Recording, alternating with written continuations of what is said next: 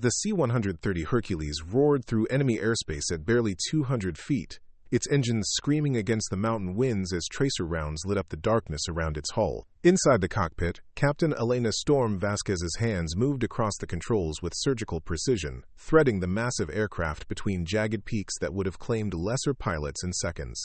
The radio crackled with desperate voices from the ground below, 23 soldiers trapped behind enemy lines with ammunition running low and extraction seeming impossible. What those voices didn't know was that the woman piloting their salvation had been stripped of her wings just 48 hours earlier, declared unfit for duty by superiors who couldn't see past their own prejudices. Before we jump back in, tell us where you're tuning in from. And if this story touches you, make sure you're subscribed, because tomorrow I've saved something extra special for you. How could a disgraced pilot, officially grounded and facing court-martial, be executing the most dangerous rescue mission in recent military history? Why were her hands steady on controls that should have been forbidden to her, navigating through conditions that had already claimed 2 experienced flight crews? What catastrophic chain of events had led to this moment, where the very woman deemed too reckless to fly was now the only hope for soldiers who would otherwise never see home again? To understand this impossible mission would be to uncover one of the most profound stories of sacrifice and redemption in modern military aviation. A tale of a pilot whose dedication to saving lives had been twisted into career-ending insubordination by a system that feared her unwavering moral compass. Elena Vasquez wasn't just flying through enemy fire that night. She was proving that sometimes the greatest act of loyalty requires the courage to disobey. The conference room at Ramstein Air Base felt more like a tribunal than a standard military briefing. Harsh fluorescent lights cast unforgiving shadows across the polished table where 5 senior officers sat in judgment, their ribbons and stars creating a wall of institutional authority. At the far end of the table, Captain Elena Vasquez sat rigidly at attention, her flight suit crisp despite the circumstances, her dark eyes fixed on a point just above Colonel Marcus Brennan's head. Brennan, a career officer whose rise through the ranks had been built more on political maneuvering than actual combat experience, shuffled through the papers before him with deliberate slowness. His weathered face bore the permanent scowl of a man who had spent decades perfecting the art of institutional intimidation. Beside him sat Lieutenant Colonel Janet Crawford, the base's operations officer, whose own advancement had come through strict adherence to protocol and an unwavering faith in the chain of command. The charges against Elena were laid out in clinical military language, but the subtext was clear. She had disobeyed a direct order. She had endangered military personnel. She had acted outside the scope of her authority. What the official record failed to capture was the context that had driven her actions, the impossible choice between following orders and saving lives. 3 weeks earlier, Elena had been piloting a routine supply run to Forward Operating Base Meridian when she received an emergency transmission. A medical evacuation helicopter had gone down in contested territory, its crew and passengers trapped in a valley crawling with hostile forces. The official response was to wait for ground support, to follow proper channels, to let the rescue unfold according to established protocol. Elena had different ideas. Without authorization, she had diverted her cargo plane into the danger zone, using her aircraft's superior range and cargo capacity to extract not just the downed helicopter crew, but an entire squad of wounded soldiers who would have died waiting for official rescue. The mission had been a complete success by any reasonable measure. Every life had been saved, no additional casualties had been sustained. Yet here she sat, facing the end of her career for the crime of putting human lives above military bureaucracy.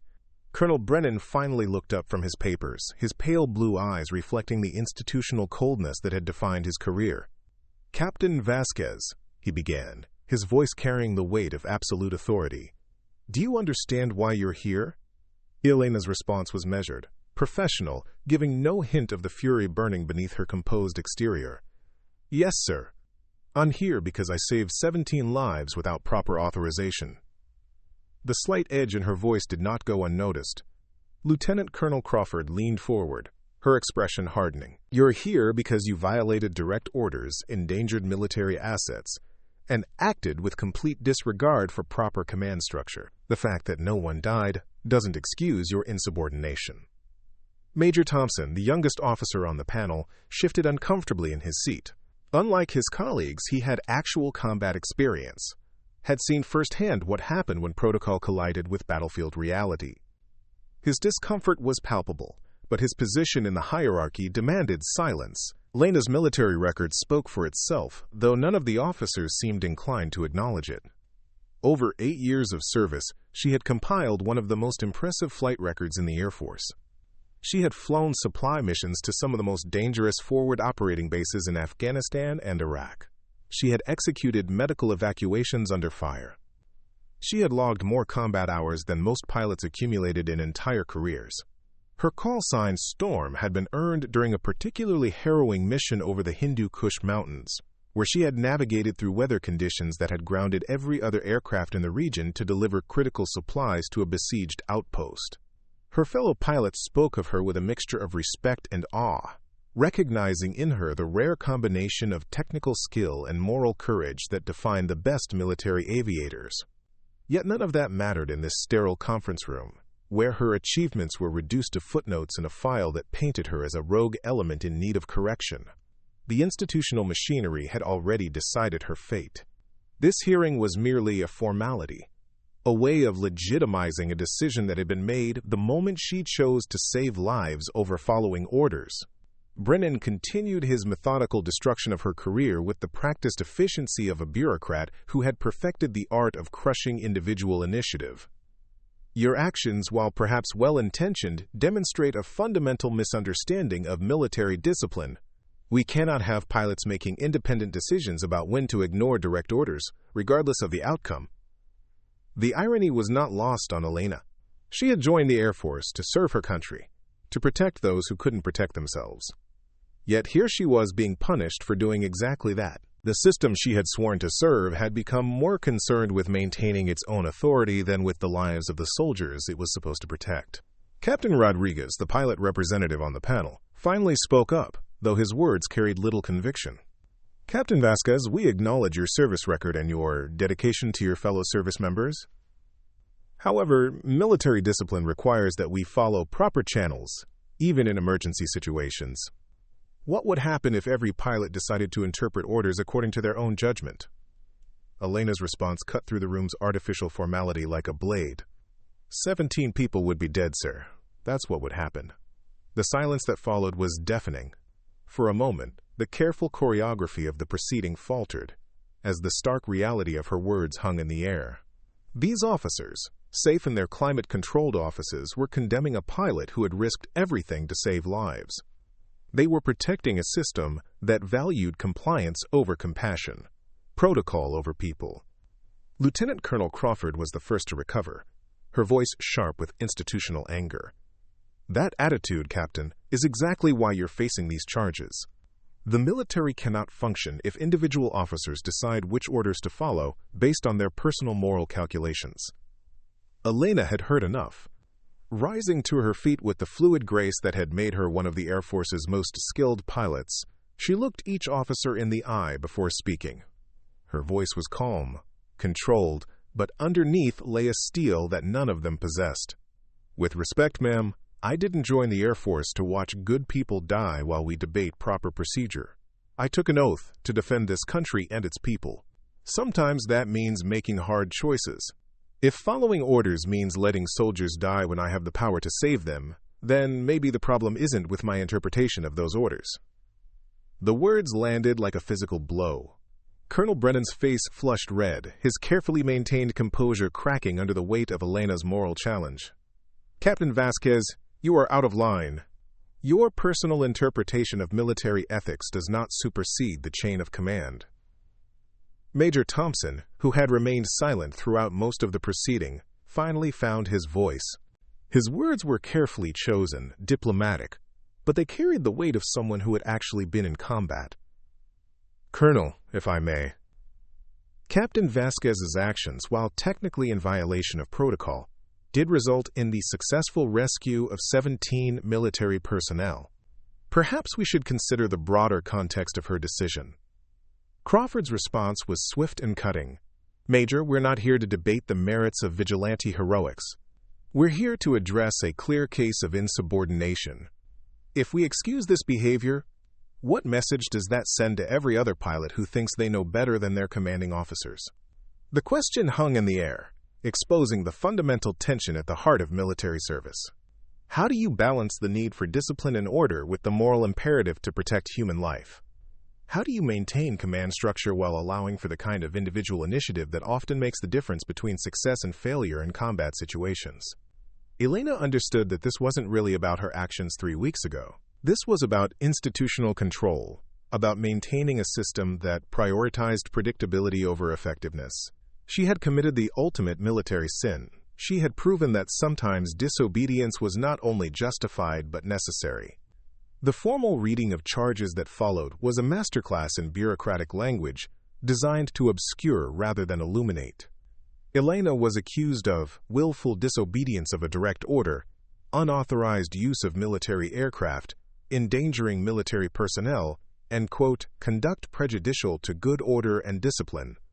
Each charge carried the weight of decades of military jurisprudence, a carefully constructed framework designed to prevent exactly the kind of independent action Elena had taken. As the proceedings dragged on, Elena found her mind drifting to the faces of the soldiers she had pulled from that valley. She remembered the gratitude in their eyes, the tears of family members who would see their loved ones come home because she had chosen to act rather than wait. She thought about the helicopter crew, battered and broken but alive, who owed their lives to her willingness to break the rules. The contrast was stark. In that conference room, surrounded by officers who had never made a life-or-death decision under fire, her actions were reduced to a series of violations. But in the real world, where bullets flew and people died, her choice had been the difference between tragedy and triumph. Colonel Brennan's final pronouncement came with all the ceremony of a court-martial verdict. Captain Elena Vasquez, this panel finds you guilty of willful disobedience and conduct prejudicial to good order and discipline. You are hereby stripped of flight status and grounded pending further disciplinary action. You will report to Colonel Harrison for administrative duties until your case is reviewed by higher authority. The words should have devastated her. Preparing and narrating this story took us a lot of time, so if you are enjoying it, subscribe to our channel. It means a lot to us. Now, back to the story. They should have marked the end of everything she had worked for, everything she had dreamed of since she was a child watching aircraft trace lines across the Texas sky. Instead, Elena felt something unexpected: relief. She was free from the burden of pretending that the system she served actually valued the principles it claimed to defend. As she stood to leave, Major Thompson caught her eye. There was something in his expression, a mixture of respect and regret, that suggested he understood the cost of what had just happened. In a just world, Elena would have been decorated for her actions, not destroyed by them. But military justice, like most forms of institutional justice, was more concerned with maintaining order than achieving actual justice. The walk back to her quarters felt like a funeral march. Elena's fellow pilots watched her pass with a mixture of sympathy and fear. They understood that what had happened to her could happen to any of them if they chose conscience over compliance. The message was clear. The Air Force valued obedient pilots over effective ones. That evening, alone in her quarters, Elena stared at the photographs that lined her desk. Pictures of her flight school graduation, of successful missions, of the team she had built over years of service. All of it felt like ancient history now, relics of a career that had been sacrificed on the altar of institutional pride. Her phone buzzed with messages from friends and fellow pilots, expressions of support that had to be carefully coded to avoid official retaliation. The underground network of military personnel who understood the difference between good order and blind obedience was offering what comfort they could, but everyone knew the reality. Elena's career was over, destroyed by her unwillingness to let good people die for the sake of proper procedure. The irony was bitter and complete. In trying to destroy her, the Air Force had created exactly the kind of pilot they claimed to want. One who valued human life above personal advancement, who understood that sometimes the greatest act of loyalty required the courage to disobey. But institutional systems rarely recognize the contradictions they create, and Elena's superiors were no exception. As she lay in her narrow military-issue bed that night, Elena thought about the crossroads that had brought her to this moment. She could accept her punishment, serve out her remaining time in some administrative role, and fade into the bureaucratic background. Or she could find another way to serve, another way to put her skills to use protecting the people who needed protection. The choice, when it came, would be easier than anyone might have expected. Because Elena Vasquez had learned something in that valley 3 weeks ago, something that no disciplinary hearing could take away from her. She had learned that sometimes the right thing to do was also the hardest thing to do, and that the opinions of desk-bound officers mattered far less than the lives of soldiers in the field. The storm that had earned her call sign was nothing compared to the tempest she was about to unleash. The administrative building at Ramstein Air Base had always felt like a tomb to Elena, but now it had become her prison. For 6 weeks, she had been relegated to pushing papers and filing reports, her hands that once guided million-dollar aircraft through combat zones, now reduced to shuffling mundane paperwork. The fluorescent lights hummed overhead with the same monotonous drone that had begun to characterize her existence since the grounding. Colonel Harrison, a bureaucrat who had never seen combat but wielded administrative power like a weapon, had made it clear that Elena's presence was barely tolerated. Every morning, he would assign her the most mind-numbing tasks he could devise, as if grinding down her spirit was part of some elaborate punishment beyond the official sanctions she had already received. The other personnel in the building treated her with a mixture of pity and wariness. They had all heard the stories about Storm Vasquez, the pilot who had defied orders to save lives, but they also understood the political reality of her situation. Associating too closely with a disgraced officer could damage their own careers, so most maintained a professional distance that felt more isolating than outright hostility. Elena's daily routine had become a study in institutional humiliation. She would arrive at precisely 0700 hours, report to Harrison's office for her assignments, and then spend the next 8 hours processing requisitions, updating databases, and filing reports that seemed designed more to waste her time than to serve any meaningful purpose. The work was so far removed from her skills and training that it felt like a deliberate form of psychological warfare. During lunch breaks, she would sometimes walk past the flight line, watching the aircraft she was no longer allowed to fly. The C-130s, the cargo planes that had been her specialty, would taxi past her like ghosts of her former life. She could identify each variant by sound alone, could tell from the engine pitch whether a pilot was experienced or struggling with the controls. But she was forbidden from offering advice or assistance, reduced to the role of observer in the world she had once dominated. The isolation was perhaps the cruelest aspect of her punishment. Elena had spent her entire adult life as part of a tight-knit community of aviators, people who understood the unique pressures and responsibilities of military flying. Now she was an outsider, watching from the periphery as her former colleagues continued their missions without her. The camaraderie that had sustained her through years of dangerous deployments had been stripped away, leaving her to navigate her disgrace alone. Captain Marcus Chen, her former co-pilot, and one of the few people who still spoke to her openly, would occasionally visit during her lunch breaks. Their conversations were carefully measured, aware that any show of support for Elena could reflect poorly on Chen's own standing. But he made the effort because he had been there in that valley, had seen the lives Elena saved, and understood the moral complexity of her situation in ways that the disciplinary board never could. During one such visit, Chen brought news that hit Elena like a physical blow. The squadron was being deployed to a new theater of operations, a classified mission that would take them away from Ramstein for an indefinite period. Elena's replacement, a by-the-book pilot named Captain Williams, had already been assigned to what had once been her aircraft. The institutional machinery was moving forward, erasing her presence with the ruthless efficiency of a system that valued conformity above all else. As Chen walked away that afternoon, Elena felt the full weight of her isolation. The Air Force had not just grounded her. It had systematically removed every connection she had to the purpose that had defined her life. She was being slowly erased, turned into a cautionary tale about the dangers of independent thinking in a military organization. The breaking point came during her 7th week of administrative exile. Elena was processing routine maintenance reports when she overheard a conversation between 2 junior officers discussing a search and rescue operation that had gone missing in the Hindu Kush Mountains. A Special Forces platoon had disappeared during a reconnaissance mission, and rescue efforts were being hampered by extreme weather conditions and hostile activity in the region. The details of the mission filtered through the base gossip network with the efficiency of any military rumor mill. 23 soldiers, including some of the most elite fighters in the American military, had vanished without a trace in one of the most dangerous regions of Afghanistan. Multiple search and rescue attempts had been launched, but each had been turned back by a combination of severe weather and enemy fire. The mountainous terrain made satellite surveillance nearly useless, and the window for successful rescue was closing rapidly. Elena found herself studying the classified reports that crossed her desk, piecing together details about the missing platoon that painted an increasingly desperate picture. The soldiers had been conducting a deep reconnaissance mission when their communications went silent. Their last known position was in a valley system so remote and treacherous that even experienced mountain warfare specialists considered it nearly impassable. The rescue efforts being planned were methodical and cautious, following proper protocols and chain-of-command procedures.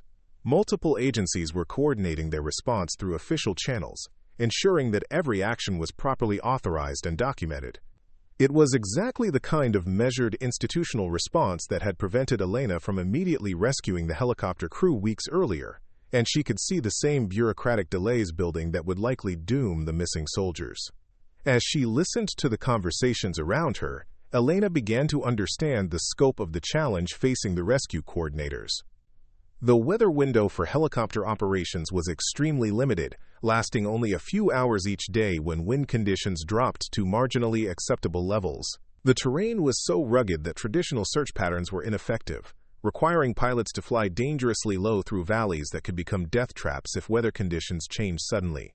More troubling was the intelligence about enemy activity in the region. Recent reports indicated that hostile forces had significantly increased their presence in the area, potentially in response to the missing American patrol. Any rescue operation would need to contend not just with the environmental challenges, but with the very real possibility of coordinated resistance from well-armed opponents who knew the terrain intimately. Elena's expertise in high-altitude, difficult terrain flying made her acutely aware of the problems facing the official rescue mission. The pilots being assigned to the operation were competent and experienced, but most of their flying time had been logged in more forgiving environments. The combination of extreme altitude, unpredictable weather, and hostile fire required the kind of specialized skills that could only be developed through years of flying in similar conditions. She had that experience. Her deployment record included dozens of missions into some of the most challenging flying environments in the world. She had navigated through mountain passes that other pilots considered impossible, had landed cargo aircraft on improvised airstrips carved into cliff sides, and had developed an intuitive understanding of mountain weather patterns that bordered on supernatural. But she was grounded, officially prohibited from flying any military aircraft and certainly not authorized to participate in a high-priority rescue mission. Her expertise was irrelevant, because the institution she had served had decided that her willingness to save lives made her too dangerous to trust with responsibility. The irony was crushing. Somewhere in those mountains, 23 American soldiers were fighting for their lives, probably wondering if anyone was coming to help them. The resources existed to mount a rescue operation, the personnel were available, and the political will was certainly present. But the combination of bureaucratic caution and Elena's forced exile meant that the one pilot most qualified to navigate those treacherous conditions was sitting in an administrative office, forbidden from using the skills that could make the difference between success and failure. Elena's frustration began to transform into something more dangerous: determination. She started paying closer attention to the logistics discussions she overheard, memorizing details about aircraft assignments, fuel loads, and timing considerations. She studied weather reports and intelligence briefings with the intensity of someone preparing for a mission, even though she had no official role in the operation. The official rescue attempts continued to encounter the same problems that Elena had anticipated. Weather windows proved shorter than expected, forcing helicopters to abort their approaches to the target area. The mountainous terrain created communication dead zones that left rescue teams flying blind through valleys, where enemy forces could be waiting around any corner. Each failed attempt cost precious time and reduced the chances that the missing soldiers would survive long enough to be rescued. Captain Rodriguez, one of the few officers who had shown Elena any sympathy during her disciplinary hearing, stopped by her desk during the third week of rescue operations. His expression was grim, reflecting the mounting pressure everyone felt as the mission continued to stall. "They're running out of options," he said quietly, ensuring that their conversation wouldn't be overheard by Colonel Harrison or his staff. "The weather is getting worse, and intelligence suggests that hostile forces are converging on the area. If they don't get those soldiers out soon... Elena understood the implication. Military rescue operations had limited time windows, determined by factors ranging from weather patterns to political considerations. Beyond a certain point, the risk to rescue personnel would exceed the potential benefit of continuing the mission, and the search would be scaled back or abandoned entirely. Those 23 soldiers would be written off as casualties of war, their families left to wonder what had happened in those remote mountains. The knowledge that she possessed the skills necessary to succeed where others had failed was eating away at Elena's soul. Every night, she lay awake thinking about the soldiers who were probably doing the same thing, wondering if help was coming, fighting to stay alive in conditions that would challenge even the most experienced survival experts. The bureaucratic system that had destroyed her career was now preventing her from potentially saving their lives. Elena's breaking point came when she overheard Colonel Brennan discussing the rescue mission with his staff. His tone was clinical, detached, as if the lives of 23 soldiers were merely statistical abstractions in some larger strategic calculation. He spoke about acceptable loss ratios and the cost-benefit analysis of continued rescue attempts, with the casual indifference of someone who had never seen combat, never held a dying soldier in his arms, never understood that every life lost was an irreplaceable tragedy for families and communities. That afternoon, Elena made a decision that would define the rest of her life. She would not sit in her administrative exile while good soldiers died for lack of a qualified pilot. She would not allow bureaucratic cowardice to doom men who had risked everything in service to their country. If the Air Force would not use her skills to save lives, she would find another way to put those skills to work. The plan that began forming in Elena's mind was audacious, illegal, and almost certainly career-ending. But it was also the only way she could see to give those missing soldiers a real chance of coming home alive. She began studying duty rosters and aircraft availability, looking for an opportunity to access the resources she would need for an unauthorized rescue mission. The technical challenges were enormous. She would need to commandeer a suitable aircraft, navigate through some of the most dangerous flying conditions in the world, locate 23 soldiers in a vast wilderness area, and extract them without being shot down by hostile forces or her own military. The margin for error was essentially zero, and the consequences of failure would be catastrophic, both for the missing soldiers and for Elena herself. But Elena had spent her entire career preparing for exactly this kind of impossible mission. Her training had taught her to fly in conditions that would ground other pilots, to navigate by instinct when instruments failed, and to make split-second decisions under pressure that could mean the difference between life and death. More importantly, her moral compass had always pointed toward the protection of human life, regardless of the personal cost. The opportunity she had been waiting for presented itself during the 4th week of rescue operations.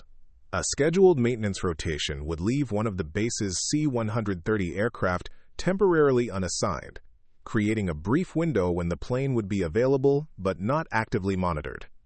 The timing coincided with a weather pattern that might provide the kind of flying conditions necessary to reach the missing soldiers.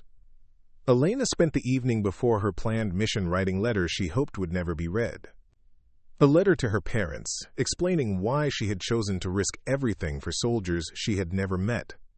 A letter to Captain Chen, thanking him for his friendship and asking him to remember her as someone who had tried to do the right thing. A letter to Colonel Brennan, pointing out the tragic irony of a system that punished people for saving lives, and then wondered why good soldiers died. As she sealed the envelopes, Elena felt a strange sense of peace. For the first time since her grounding, she was about to do something that aligned with her deepest values and training.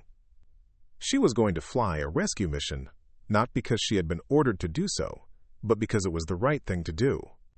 The Air Force might court-martial her, imprison her, or destroy her completely, but they could not take away the knowledge that she had chosen courage over comfort, action over resignation. The pre-dawn hours at Ramstein were always quiet, but Elena moved through the darkness with the stealth of someone who understood that discovery would mean the end of everything.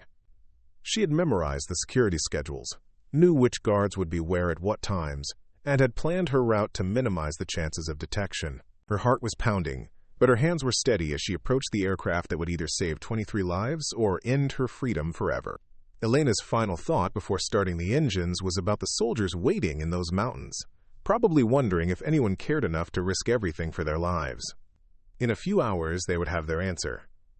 Storm Vasquez was coming, authorized or not, and she was bringing them home.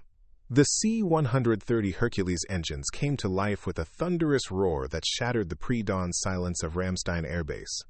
Elena's hands moved across the familiar controls with the muscle memory of thousands of flight hours, her body automatically responding to the aircraft's vibrations and sounds, even as her mind processed the magnitude of what she was about to attempt. The massive cargo plane was not designed for stealth, and within minutes every security system on the base would be screaming alerts about an unauthorized aircraft movement. Elena had perhaps 10 minutes before military police would arrive at the flight line, maybe 15 before interceptor aircraft would be scrambled to force her down. But she had spent weeks studying the base's response protocols, and she knew that bureaucratic confusion would buy her precious additional time. In a system designed to prevent exactly the kind of independent action she was taking, the very complexity of the institutional response would work in her favor. The radio crackled to life as she taxied toward the runway, voices filled with confusion and growing alarm demanding that she identify herself and explain her actions. Elena ignored the increasingly urgent communications, knowing that engaging with air traffic control would only provide them with information they could use to stop her.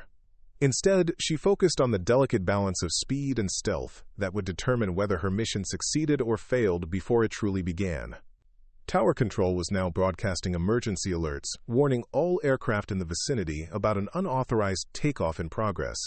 Elena could hear the panic in the controller's voice, the recognition that something unprecedented was happening that fell outside all established procedures. Military bases were designed to be secure environments where every movement was tracked and authorized.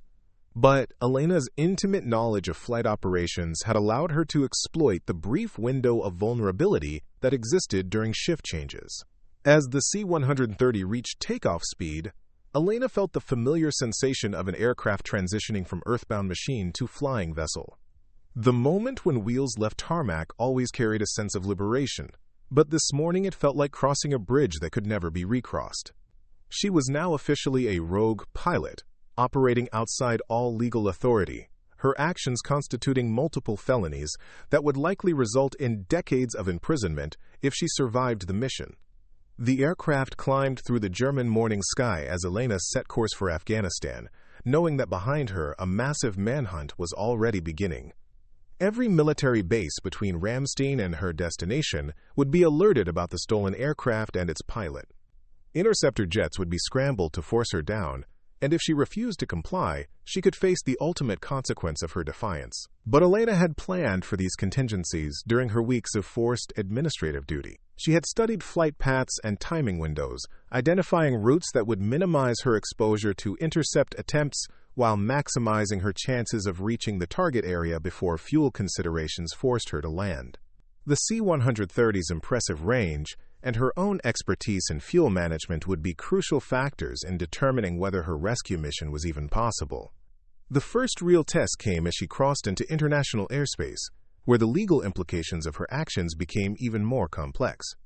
Elena was now piloting a stolen American military aircraft through the sovereign territory of multiple nations, any of which could justifiably consider her a threat requiring immediate neutralization.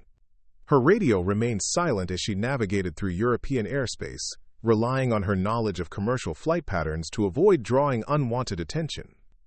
The psychological weight of her isolation was almost overwhelming. Elena had spent her entire career as part of a team, supported by extensive networks of personnel who shared responsibility for mission success and safety. Now she was completely alone, making life-and-death decisions without backup or guidance, knowing that a single mistake could doom both her and the soldiers she was trying to save. As the hours passed and her aircraft crossed into Middle Eastern airspace, Elena began receiving coded transmissions that suggested her former colleagues were trying to communicate with her without alerting hostile forces to her presence. The messages were brief and cryptic, but they carried emotional weight that nearly broke her concentration. People she had trained with, flown with, and trusted with her life were watching her career-ending mission unfold from thousands of miles away. Captain Chen's voice finally came through clearly as she approached Afghan airspace, transmitted on a frequency that Elena recognized as their old emergency backup channel. His words were carefully chosen to avoid providing useful intelligence to anyone monitoring communications, but his meaning was unmistakable. "Storm, Phoenix sends regards and reminds you about mountain weather patterns. Stay safe up there. The message told Elena that her former squadron was aware of her mission and, despite the official response that would undoubtedly condemn her actions, privately supported what she was trying to accomplish. The reference to mountain weather was Chen's way of reminding her about specific techniques they had developed for flying in the Hindu Kush region, knowledge that could be crucial for surviving the challenges ahead. Elena's approach to the target area required her to fly at extremely low altitude through valleys that were barely wide enough to accommodate the C-130's wingspan. The mountainous terrain created turbulence that threw the massive aircraft around like a toy, testing both her piloting skills and the structural limits of the plane itself. GPS signals were intermittent this deep in the mountains, forcing her to navigate using landmarks and dead reckoning techniques that few modern pilots had ever needed to master. The weather conditions were deteriorating exactly as the official rescue missions had predicted, with wind shear and sudden downdrafts creating hazards that could destroy an aircraft in seconds. Elena found herself flying in conditions that would have grounded commercial aviation indefinitely, relying on instincts developed through years of dangerous missions to keep her aircraft airborne, when instruments alone would have been insufficient. The first sign that she was approaching the area where the soldiers might be located came from her radar system, which detected multiple ground-based signatures that could indicate human activity. But the same mountainous terrain that was making flying so difficult was also creating false echoes and blind spots that made it nearly impossible to distinguish between friendly forces, hostile activity, and natural features.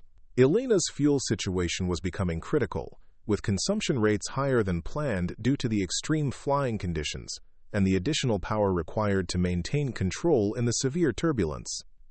She had enough fuel for perhaps 90 minutes of search time before she would be forced to either find the missing soldiers or abort the mission entirely. The margin for error was disappearing with every minute she spent searching the vast wilderness below. The breakthrough came when Elena spotted smoke rising from a valley that satellite intelligence had previously dismissed as inaccessible. The thin column of smoke was barely visible against the mountainous backdrop, but her experience told her it was too consistent and controlled to be a natural fire. Someone was down there, someone who knew enough about survival to maintain a signal fire without creating a smoke signature large enough to attract unwanted attention. Descending into the valley required Elena to execute a series of maneuvers that pushed both her skills and her aircraft to their absolute limits.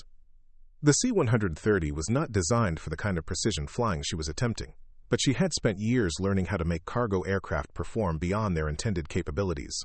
Each turn had to be calculated perfectly, with no room for the kind of safety margins that normal flying procedures required. The soldiers she found were in worse condition than she had hoped, but better shape than she had feared.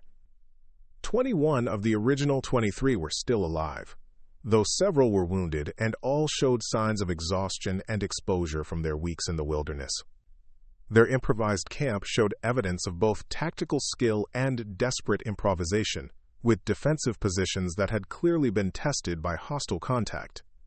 Sergeant First Class Maria Santos, the senior surviving non-commissioned officer, approached Elena's aircraft with a mixture of disbelief and professional skepticism. Her first words captured the surreal nature of the situation perfectly. "Ma'am, are you supposed to be here?" Elena's response was equally direct. "Sergeant, nobody is supposed to be here, but I'm getting you home." The extraction process required Elena to land her C-130 on a stretch of valley floor that had never been designed to accommodate aircraft of any kind. The improvised landing strip was too short, too narrow, and too rough for safe operations, but it was the only option available. Elena used every technique she had ever learned about short-field landings. Bringing the massive aircraft to a stop just meters before the terrain would have made further progress impossible. Loading the soldiers required speed and efficiency that left no time for formal procedures or detailed explanations. Elena could see hostile forces moving in the surrounding hills, and her radio was picking up communications in local languages that suggested her presence had been detected. The window for extraction was measured in minutes, not hours, and every second of delay increased the risk that the rescue would become a disaster. As the last soldier was loaded onto her aircraft, Elena began the most dangerous phase of the entire mission, taking off from an improvised airstrip while under potential hostile fire. The C-130 was now overloaded beyond its design specifications, carrying 21 additional passengers plus equipment that significantly exceeded the aircraft's maximum takeoff weight. Normal procedures would have required extensive calculations and careful weight distribution, but Elena had no time for such luxuries. The takeoff run was a masterpiece of pilot skill and aircraft engineering pushed to their breaking points. Elena used every inch of available ground, pulling the overloaded aircraft into the air at speeds that should have resulted in an immediate stall. Only her intimate knowledge of the C-130's flight characteristics and her willingness to accept risks that would have terrified most pilots made the departure possible. The flight out of the valley system was complicated by the need to avoid hostile forces that were now actively seeking to engage her aircraft. Elena flew a route that took her through terrain features that provided natural concealment while maintaining enough altitude to clear the mountain peaks. The soldiers she had rescued remained silent during the flight, understanding instinctively that their pilot was performing at the very edge of what was possible. As they cleared Afghan airspace, Elena finally allowed herself to believe that the mission might actually succeed. 21 American soldiers who had been given up for dead were alive and heading home because she had chosen to act rather than accept institutional failure. But she also understood that her own future was now completely uncertain, with consequences that could range from court-martial to life imprisonment. The approach to Ramstein was unlike anything Elena had ever experienced. The airspace around the base was filled with military aircraft, some clearly positioned to force her down if she attempted to land anywhere other than the designated runway. Ground vehicles were stationed at strategic positions around the flight line, and Elena could see that an entire reception committee was waiting for her arrival. Colonel Brennan's voice came through her radio as she began her final approach, his tone reflecting a mixture of anger and disbelief that someone under his command had managed to execute such an audacious operation. "Captain Vasquez, you are ordered to land immediately and surrender yourself to base security. Your actions constitute multiple violations of military law and federal statutes." Elena's response was calm and professional, reflecting none of the emotional turmoil she felt about the consequences she was about to face. "Colonel, I am returning with 21 rescued American soldiers. Request priority landing and immediate medical attention for wounded personnel." The silence that followed her transmission was profound, as the implications of her words sank in throughout the chain of command. Elena had not just stolen an aircraft and violated multiple international laws. She had succeeded in a rescue mission that official channels had been unable to accomplish. The 21 soldiers in her cargo bay were living proof that her unauthorized actions had achieved results that proper procedures had failed to deliver. Landing at Ramstein felt like arriving at her own execution. Elena could see the security forces waiting for her, could almost feel the handcuffs that would soon be locked around her wrists. But she could also see the medical personnel standing by to treat the soldiers she had rescued, could imagine the phone calls that would soon be made to families who had given up hope of ever seeing their loved ones again. As the C-130 came to a stop on the tarmac, Elena remained in the pilot's seat for several long moments, savoring what she knew would be her last few minutes of freedom. Through the cockpit window, she could see Colonel Brennan approaching with a full security detail, his face reflecting the institutional rage of a system that had been embarrassed by the success of someone it had tried to destroy. But Elena could also see something else in the faces of the personnel gathering around her aircraft. There was awe, respect, and a recognition that they had witnessed something extraordinary. A disgraced pilot had just completed one of the most audacious rescue missions in military history, proving that sometimes individual courage and moral clarity could accomplish what institutional power could not. The soldiers Elena had rescued were already being helped from the aircraft, their obvious relief and gratitude creating a powerful counter-narrative to the official condemnation she was about to face. These men and women were alive because she had chosen to act, rather than accept that good people should die for the sake of proper procedure. As Elena finally shut down the engines and prepared to face the consequences of her actions, she felt a profound sense of completion. She had saved 21 lives at the cost of her own career and freedom, but the mathematics of that exchange seemed eminently reasonable. Some choices were worth making regardless of the personal cost, and some principles were worth defending even when the entire system opposed you. Colonel Brennan was the first person to board her aircraft, his face flushed with anger and embarrassment that would undoubtedly shape whatever punishment he recommended for her actions. But behind him came Major Thompson, whose expression carried a very different message. The young officer who had shown sympathy during her original disciplinary hearing was now looking at Elena with something approaching reverence. Sergeant Santos appeared at Elena's shoulder as she prepared to leave the cockpit, her voice carrying the weight of someone who understood exactly what Elena had sacrificed for people she had never met. "Ma'am, I don't know what they're going to do to you, but every soldier in that valley knows you saved our lives. That means something, regardless of what happens next." Elena's arrest was conducted with all the formality and efficiency that military procedure demanded, but it felt anticlimactic after the intensity of the rescue mission. As the handcuffs clicked into place, she found herself thinking not about the prison time she was facing, but about the families who would soon be reunited with soldiers they had feared were lost forever. The investigation that followed would reveal the full scope of Elena's unauthorized mission, documenting violations that ranged from theft of military property to international incidents that would require diplomatic resolution. But the investigation would also reveal something else: the complete success of a rescue operation that official channels had declared impossible. The 21 soldiers Elena had saved would become powerful advocates for the pilot, who had risked everything to bring them home. Their testimony would complicate any attempt to paint Elena simply as a rogue officer who had violated proper authority. They were living evidence that sometimes breaking the rules was not just justified but morally necessary. Media attention around Elena's case would transform her from a disgraced pilot into a symbol of individual courage standing against institutional failure. The story of Storm Vasquez would inspire countless others to question whether following orders was always more important than following conscience, whether proper procedure was always more valuable than human life. Elena's court-martial would become one of the most closely watched military legal proceedings in decades, raising fundamental questions about the nature of military discipline and the circumstances under which disobedience might be not just acceptable, but heroic. The outcome would depend on whether the military justice system could recognize the difference between destructive insubordination and morally justified action. But regardless of the legal consequences she faced, Elena had already achieved something more important than career advancement or institutional approval. She had proven that one person with the courage to act could accomplish what entire bureaucracies could not, that individual moral clarity could succeed where collective decision-making had failed. The soldiers she had rescued would carry her story with them for the rest of their lives, sharing it with their families and their own soldiers as an example of what it meant to put human life above personal advancement. The legend of Storm Vasquez would live on in the places where it mattered most, in the hearts of people who understood that some principles were worth any sacrifice. As Elena sat in her holding cell awaiting trial, she received a letter that captured the impact of her actions better than any official commendation ever could.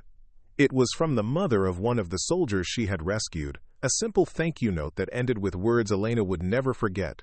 "Because of you, my son came home. Nothing else matters." In the end, Elena realized, that was exactly right. 21 families had been made whole because she had chosen courage over compliance, action over resignation. The institutional machinery might destroy her, but it could never undo the lives she had saved, or the example she had set for others who might face similar impossible choices. The storm that had earned Elena her call sign had passed, but the impact of her final flight would continue to ripple outward for years to come, inspiring others to remember that sometimes the greatest act of loyalty required the courage to disobey, and that saving lives would always be more important than following rules. The courtroom at Fort Leavenworth had witnessed countless military trials, but the case of Captain Elena Vasquez drew attention that transcended normal military justice proceedings. Media representatives from around the world occupied every available seat, while military personnel from across all service branches stood in silent support outside the building. The woman they had come to see sat at the defendant's table with the same quiet composure that had carried her through impossible flying conditions, her uniform crisp despite the circumstances that had brought her here. Judge Advocate General Colonel Patricia Hendricks presided over proceedings that would determine not just Elena's fate, but the broader question of when military discipline should yield to moral imperative. The charges against Elena were serious enough to result in life imprisonment, theft of military property, unauthorized use of a military aircraft, violation of international airspace, and conduct prejudicial to good order and discipline.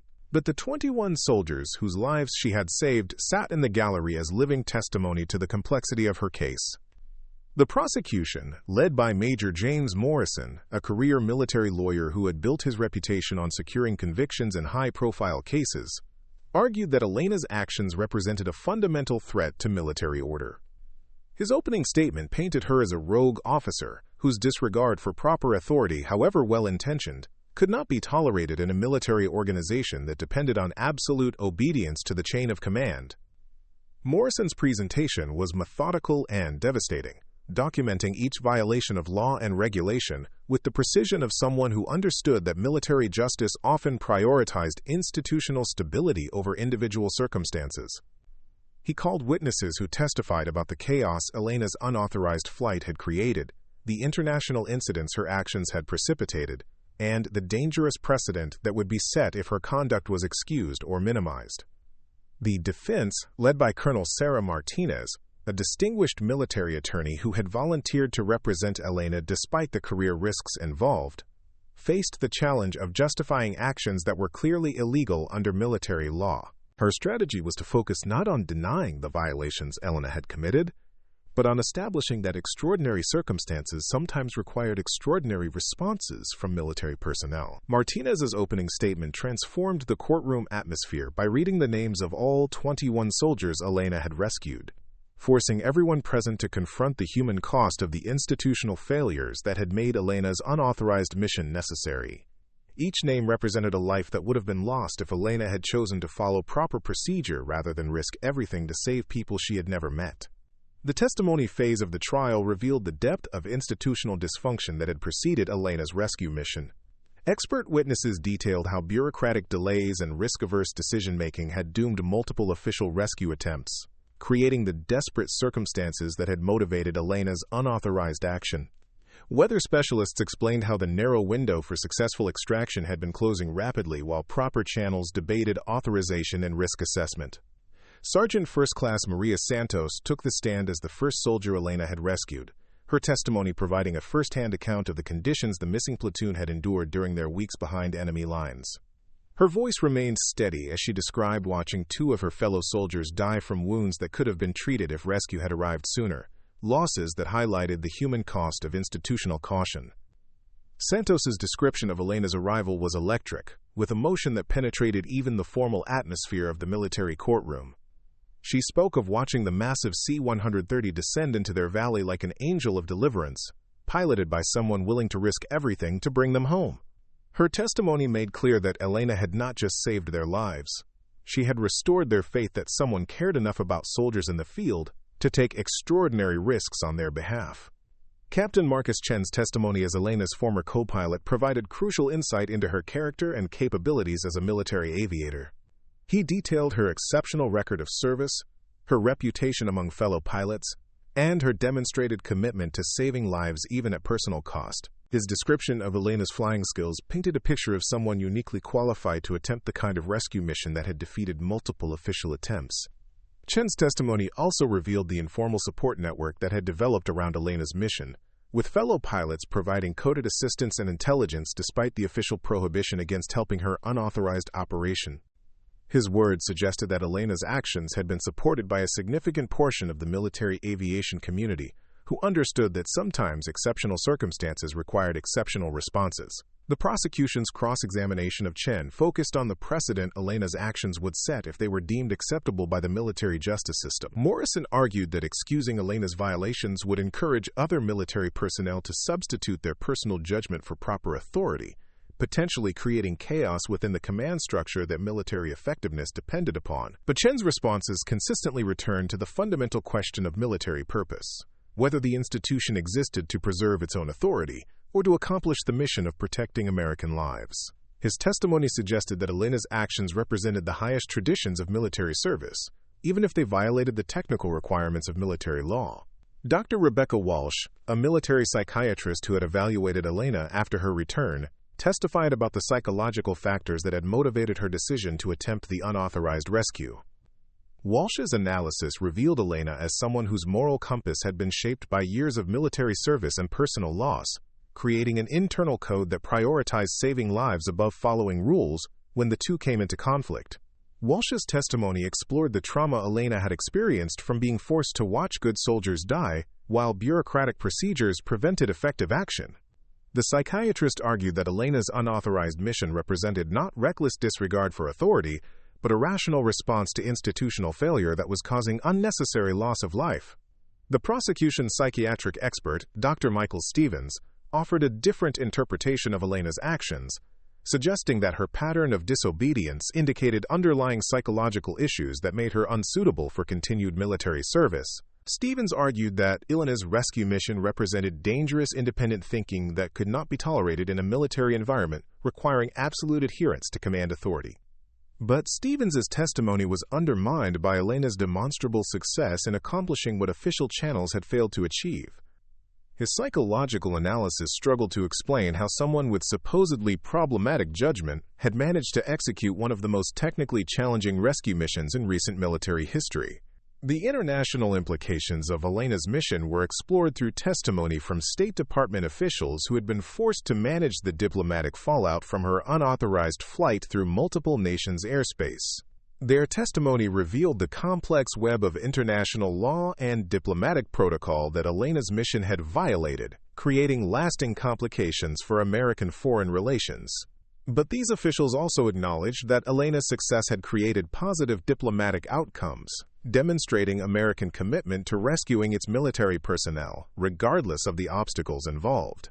Several allied nations had privately expressed admiration for the audacious rescue operation, even while officially protesting the violations of their sovereignty that had made it possible. The technical aspects of Elena's mission were analyzed by military aviation experts who testified about the extraordinary skill required to accomplish what she had achieved. These witnesses explained how Elena had overcome weather conditions, terrain challenges, and fuel limitations that had defeated multiple official rescue attempts, demonstrating capabilities that few military pilots possessed. Colonel James Harrison, Elena's former squadron commander, provided testimony that was devastating to the prosecution's case. Despite his official obligation to condemn Elena's unauthorized actions, Harrison's description of her service record and character painted a picture of an exemplary officer whose only fault was caring too much about the lives of fellow service members. Harrison's testimony revealed that Elena's pattern of bending rules to save lives was well known within her unit and had been consistently overlooked because of the positive results she achieved. His words suggested that the Air Force had been content to benefit from Elena's exceptional abilities while avoiding the responsibility of officially acknowledging her methods. The prosecution's case reached its climax with testimony from Colonel Marcus Brennan, the officer who had originally grounded Elena and who now served as the primary witness against her. Brennan's testimony was intended to demonstrate the institutional necessity of maintaining discipline regardless of individual circumstances or outcomes. But Brennan's cross-examination by Colonel Martinez revealed the personal and institutional factors that had motivated his treatment of Elena. Martinez's questioning exposed Brennan's lack of combat experience, his career-long pattern of prioritizing personal advancement over mission accomplishment, and his fundamental misunderstanding of the moral complexities faced by military personnel in combat situations. The courtroom atmosphere shifted dramatically when Martinez asked Brennan directly whether he would have preferred that the 21 rescued soldiers had died rather than be saved by someone who violated proper procedure. Brennan's inability to answer the question clearly revealed the moral bankruptcy of a system that valued compliance over human life. Elena's own testimony was the emotional centerpiece of the trial, providing her first public explanation of the decision-making process that had led to her unauthorized rescue mission. Speaking in the same calm, professional tone that had characterized her entire military career, Elena explained how she had watched institutional failure doom good soldiers while possessing the skills necessary to save them. Elena's description of her weeks in administrative exile revealed the psychological torture of being forced to process paperwork while knowing that her expertise could be saving lives in the field. Her testimony made clear that her unauthorized mission had not been an impulsive act of rebellion but a carefully considered response to institutional failure that was causing unnecessary deaths. The prosecution's cross-examination of Elena focused on her pattern of disobedience, attempting to portray her rescue mission as part of a broader disregard for military authority. But Elena's responses consistently demonstrated that her actions had been motivated by the highest military values, protecting American lives and accomplishing the mission regardless of personal cost. Elena's testimony about the actual rescue mission provided dramatic details about the technical and physical challenges she had overcome to save the missing soldiers. Her description of flying through impossible weather conditions, landing on an improvised airstrip, and extracting wounded personnel under hostile fire created a vivid picture of exceptional courage and skill under extreme pressure. But the most powerful moment of Elena's testimony came when she was asked whether she regretted her decision to violate orders in order to save lives. Her response was immediate and unwavering. She regretted only that institutional failure had made her unauthorized action necessary, and that she had not been able to save all 23 soldiers who had been trapped behind enemy lines. The closing arguments revealed the fundamental philosophical divide that Elena's case represented. Major Morrison argued that military effectiveness depended on absolute obedience to proper authority, regardless of individual circumstances or moral considerations. He contended that excusing Elena's violations would undermine the entire foundation of military discipline and encourage dangerous independent action by other personnel. Colonel Martinez's closing argument focused on the moral obligation of military personnel to protect human life, even when doing so required violating technical regulations.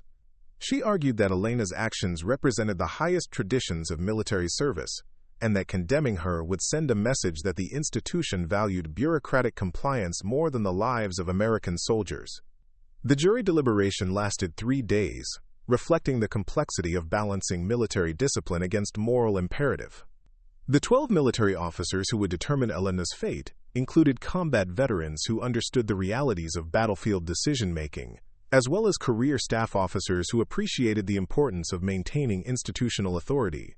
When the jury returned, their verdict reflected the impossible nature of the choice Elena had faced. They found her guilty of the technical violations she had committed, acknowledging that her actions had clearly violated military law and regulation. But they also recommended clemency, recognizing that extraordinary circumstances had justified extraordinary responses. Judge Colonel Hendricks faced the challenge of crafting a sentence that acknowledged both Elena's violations and her exceptional service. Her ruling would establish precedent for future cases involving military personnel who chose moral imperative over institutional compliance. The sentence Hendricks imposed was both punishment and recognition. Elena would be dismissed from the Air Force with loss of rank and benefits, but she would serve no prison time and would retain her veteran status. The ruling acknowledged that Elena's actions had been both illegal and necessary, violating military law while upholding military values. Elena's reaction to the sentence was characteristic of her entire approach to the situation, calm acceptance of consequences she had always known were likely. She had saved 21 lives at the cost of her military career, and the mathematics of that exchange seemed entirely acceptable to her. The immediate aftermath of the trial saw Elena become a controversial figure in military and civilian circles. Some viewed her as a hero who had demonstrated the courage to do what was right regardless of personal cost. Others saw her as a dangerous example of individual judgment superseding proper authority, but among the soldiers she had rescued and their families, Elena's reputation was unambiguous. She was the pilot who had risked everything to bring their loved ones home, proving that some people still believed military service was about protecting human life rather than protecting institutional power. Elena's transition to civilian life was aided by job offers from private aviation companies and humanitarian organizations that valued her exceptional skills and demonstrated moral courage. Her military experience and proven ability to operate under extreme pressure made her attractive to employers who needed pilots capable of handling dangerous missions. The broader impact of Elena's case extended far beyond her personal circumstances. Military academies began teaching case studies based on her situation, forcing future officers to grapple with the moral complexities of balancing institutional loyalty against individual conscience. Her story became a touchstone for discussions about the nature of military service and the circumstances under which disobedience might be justified. Elena's influence on military culture was particularly strong among younger officers who had grown up with her story as an example of moral courage under pressure. These officers entered their careers with a different understanding of military service, one that emphasized mission accomplishment and protection of human life over blind obedience to authority. The soldiers Elena had rescued went on to distinguished careers of their own, many of them becoming leaders who carried forward the lessons they had learned from her example.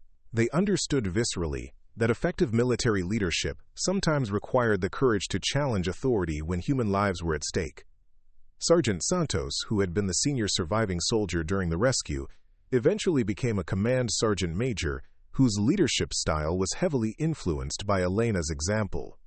She consistently emphasized to her soldiers that military service was ultimately about protecting people, not protecting institutions. The families of the rescued soldiers became powerful advocates for military personnel who faced impossible moral choices in the course of their service. Their advocacy helped establish support networks for service members who found themselves caught between institutional demands and moral imperatives. Elena's story also influenced civilian understanding of military service, helping the public appreciate the moral complexities faced by military personnel who were required to make life-and-death decisions under extreme pressure. Her case became a reminder that military effectiveness depended not just on obedience, but on the moral courage of individuals willing to take extraordinary risks to protect human life. Years after her trial, Elena received a phone call that brought her story full circle. One of the soldiers she had rescued was getting married, and he wanted Elena to be part of the ceremony. His request was simple. He wanted the woman who had saved his life to know that her sacrifice had made it possible for him to build a family and a future. Elena's attendance at the wedding was a private affair, but the symbolism was profound. The life she had saved had flourished into something beautiful, creating ripple effects that would extend far into the future. The soldiers' children would grow up hearing stories about the pilot, who had risked everything to bring their father home. The final chapter of Elena's story was written not in courtrooms or military installations, but in the lives of the people she had touched through her courage and sacrifice. The 21 soldiers she had rescued, their families, and the countless others who had been inspired by her example represented a legacy that no military tribunal could diminish. Elena Vasquez had proven that individual moral courage could triumph over institutional failure, that sometimes the greatest act of military service required the courage to disobey. Her story would continue to inspire future generations of military personnel who faced their own impossible choices between following orders and following conscience. In the end, Elena's unauthorized rescue mission had accomplished something more important than saving 21 lives, though that accomplishment alone would have justified any sacrifice. She had demonstrated that the highest military values, protecting human life, accomplishing the mission, and serving something greater than oneself, sometimes required the courage to stand against the very institution one had sworn to serve. The legend of Storm Vasquez lived on in the places where it mattered most, in the hearts of people who understood that true military service was about protecting others, regardless of the personal cost. Her story served as a reminder that heroism often required not just courage in the face of enemy fire, but the even greater courage to do what was right when everyone else was doing what was safe.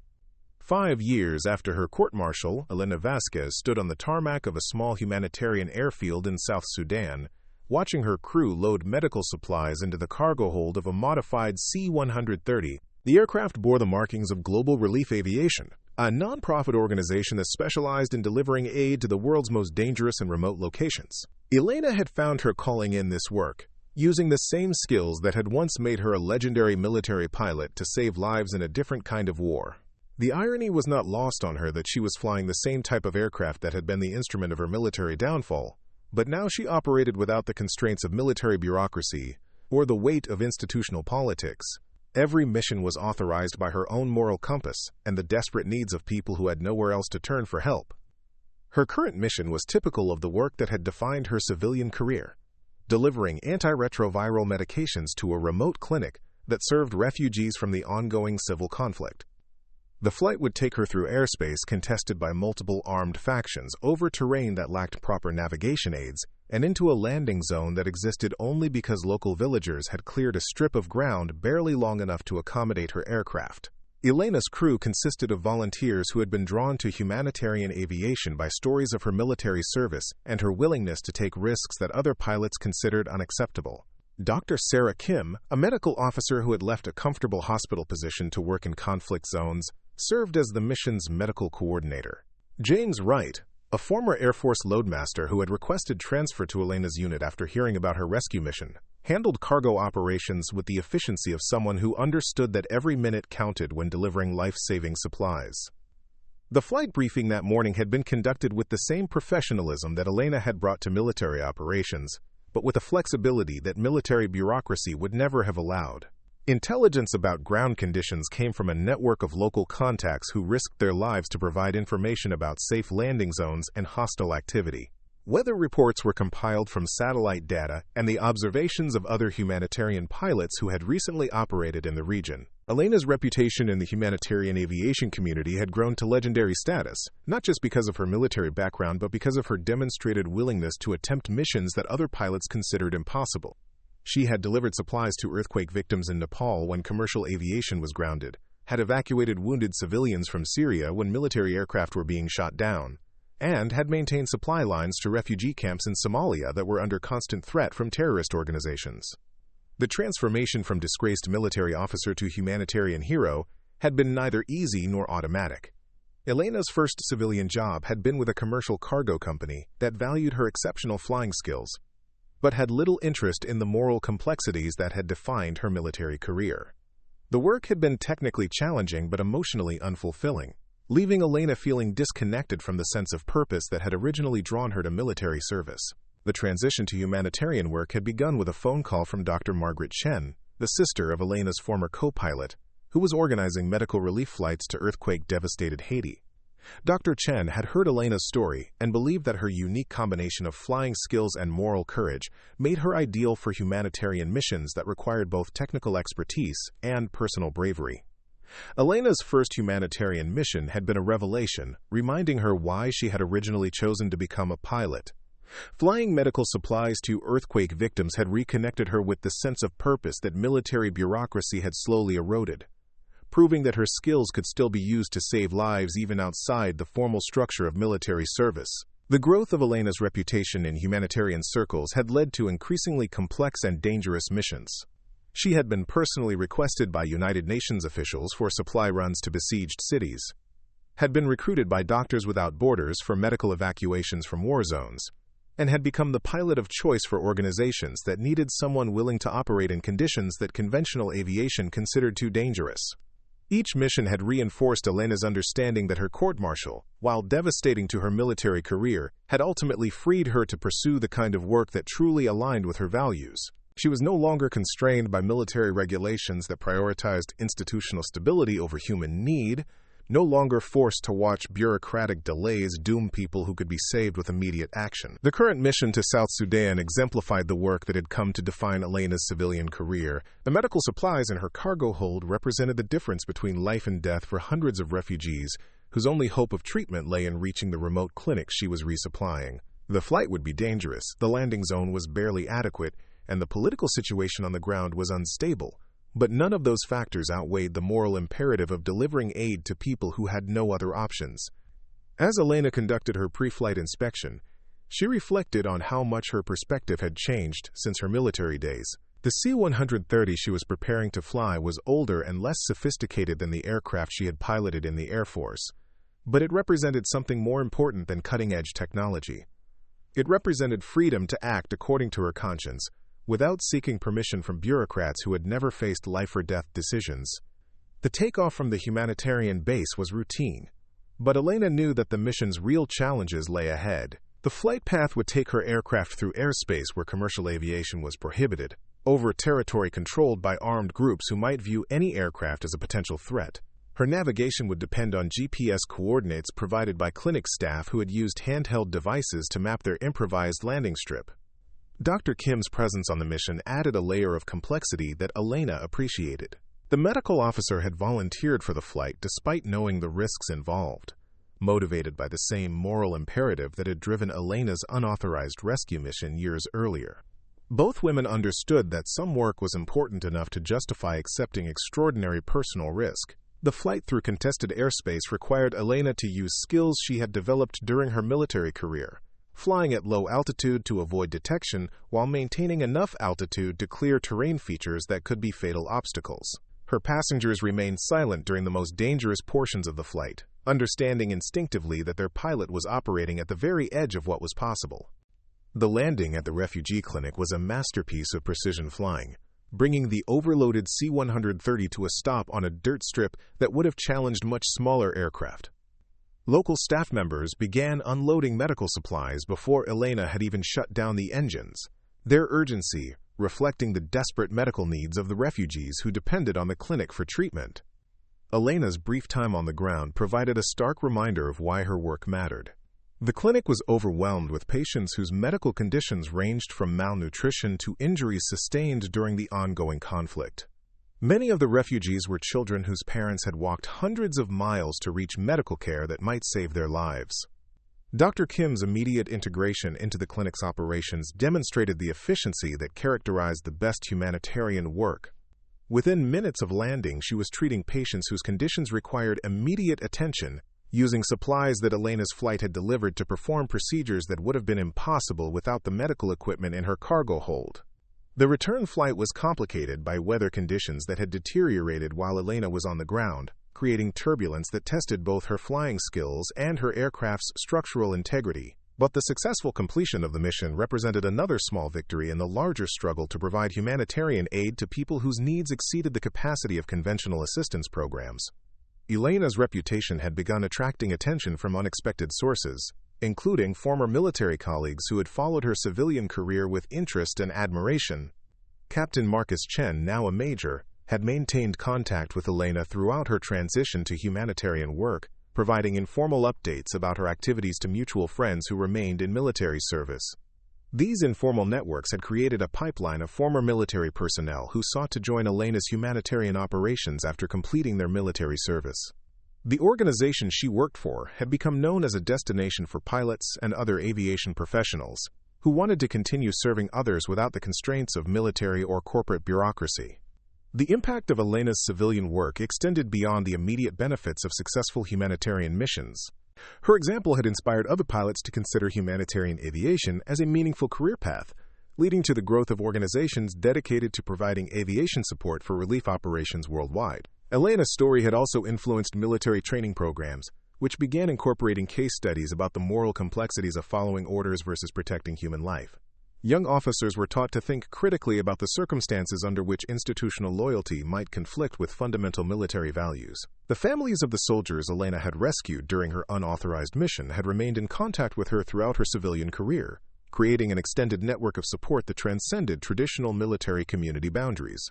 Their children grew up hearing stories about the pilot who had risked everything to save their fathers and mothers, creating a new generation inspired by examples of moral courage under pressure. Elena's personal life had also found stability in ways that her military career had never allowed. Her relationship with Dr. Kim had evolved beyond professional collaboration into a partnership based on shared values and mutual respect for each other's commitment to humanitarian work. Both women had found in each other someone who understood the motivations that drove them to accept extraordinary risks in service of helping others.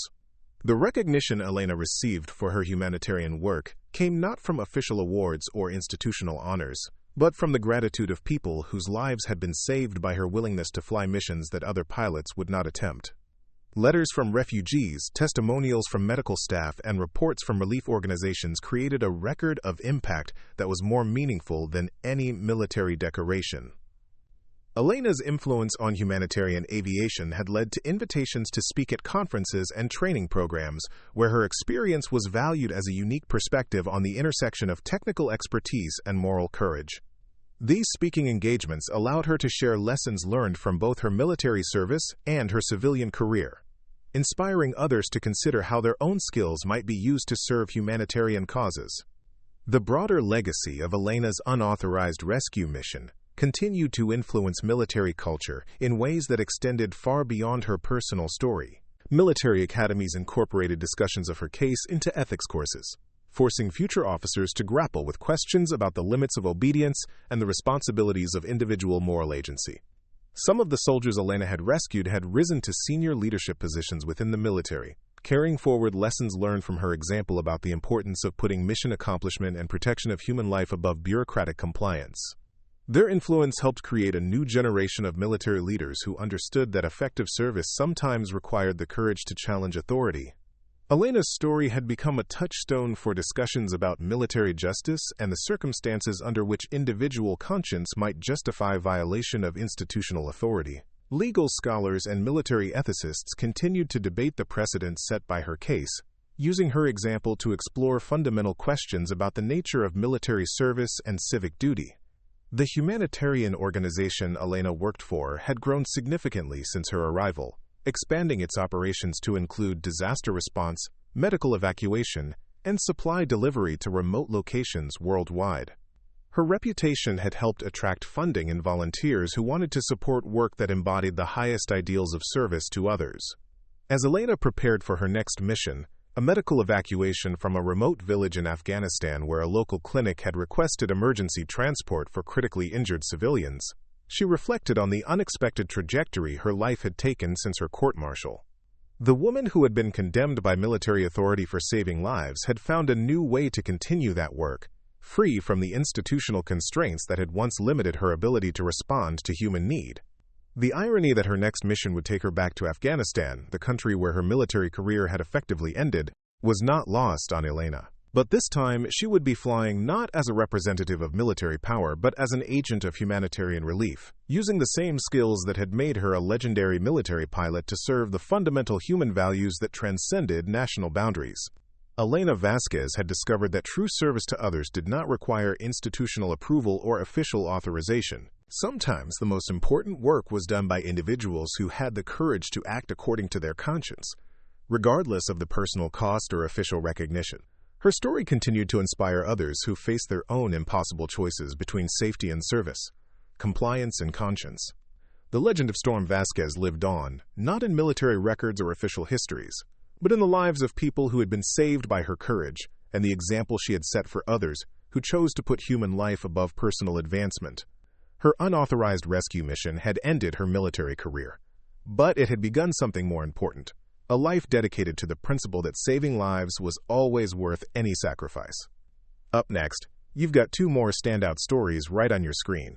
If this one hit the mark, you won't want to pass these up. Just click and check them out.